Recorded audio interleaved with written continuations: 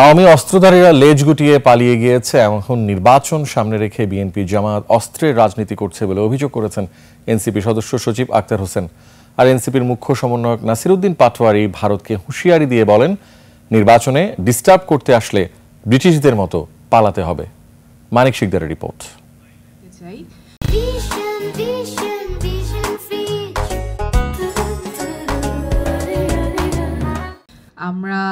শনিবার রাজধানীর বিশ্ব সাহিত্য কেন্দ্রে জুলাই স্পিরিটে আলোকিত পেশাজীবীদের সংগঠন ন্যাশনাল প্রফেশনাল অ্যালায়েন্সের আত্মপ্রকাশ।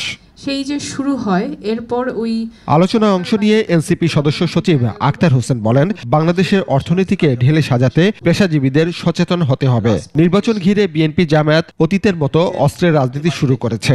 জুলাই যোদ্ধারা পুরনো রাজনীতি আর চায় না। আমরা রাজনৈতিকভাবে প্রতিযোগিতা করতে চাই, কিন্তু তারা যদি অস্ত্রের প্রতিযোগিতায় আসেন তাহলে তাদেরকে আমরা স্মরণ করিয়ে দিতে চাই যে শেখ হাসিনা শুধু তার দলীয় বাহিনী নয়, বাংলাদেশের সকল বাহিনীকে অস্ত্রে সজ্জিত করে 24-এর অভ্যুত্থানে জনগণের বিপক্ষে গুলি করতে মাঠে পাঠিয়েছিল। সেই সব বাহিনী এবং আওয়ামী অস্ত্রধারীরা তারা তাদের অস্ত্র গুটিয়ে বাংলাদেশ থেকে তারা ভারতে পালিয়ে যেতে তারা বাধ্য হয়েছিল। তিনি আরো বলেন, শেখ হাসিনার একতরফা নির্বাচন, দিনের ভোট রাতে করা সহ সব অপরাধ ভারত সমর্থন দিয়ে গেছে। এখন ভারত শেখ হাসিনাকে আশ্রয় দিয়েছে। কোন একজন গণহত্যাকারী, মানবতা বিরোধী অপরাধী তার ইচ্ছার উপর নির্ভর করে কোনো একটি দেশ তার ডিপ্লোমেসি সাজাতে পারে না। নির্বাচন নিয়ে মানুষের মনে এখনো আশঙ্কা আছে উল্লেখ করে এনসিপির আরেক নেতা নাসিরউদ্দিন পাটোয়ারি বলেন, ভারত যদি নির্বাচন নিয়ে বিরক্ত করে তবে দেশের মানুষ আর চুপ করে থাকবে না। ভারতের প্রতি আমরা বলতে চাই, ইলেকশনে কোনো ডিস্টার্ব করবেন না।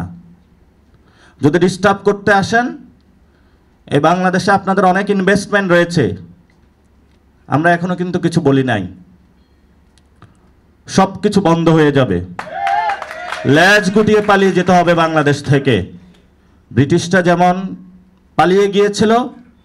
সীমান্তে বিএসএফ বাংলাদেশিদের উপর গুলি চালিয়ে হত্যা করছে। সরকারের প্রতি সীমান্তে নিরাপত্তা জোরদার করার দাবি জানান নাসির। আমরা যেমন বাংলাদেশের ভিতরে মাথা তুলে করে দাঁড়াবো, তেমনি দক্ষিণ এশিয়াতে বিজেপির যে সন্ত্রাস আসতেছে, এই সন্ত্রাসের সামনে ইনশাল্লাহ মাথা উঁচু করে দাঁড়াবো। এনসিপি ক্ষমতায় এলে সব পেশাজীবীদের জন্য 2 দিন সাপ্তাহিক ছুটি দেওয়া হবে বলেও জানান এনসিপি নেতারা। সেই ব্যাপারটি নিয়ে কাজ করবেন যাতে বৈশ্বিকভাবে আমাদের কোনো লজ্জা পেতে না হয়। মানিক শিকদার, 21 টেলিভিশন, ঢাকা।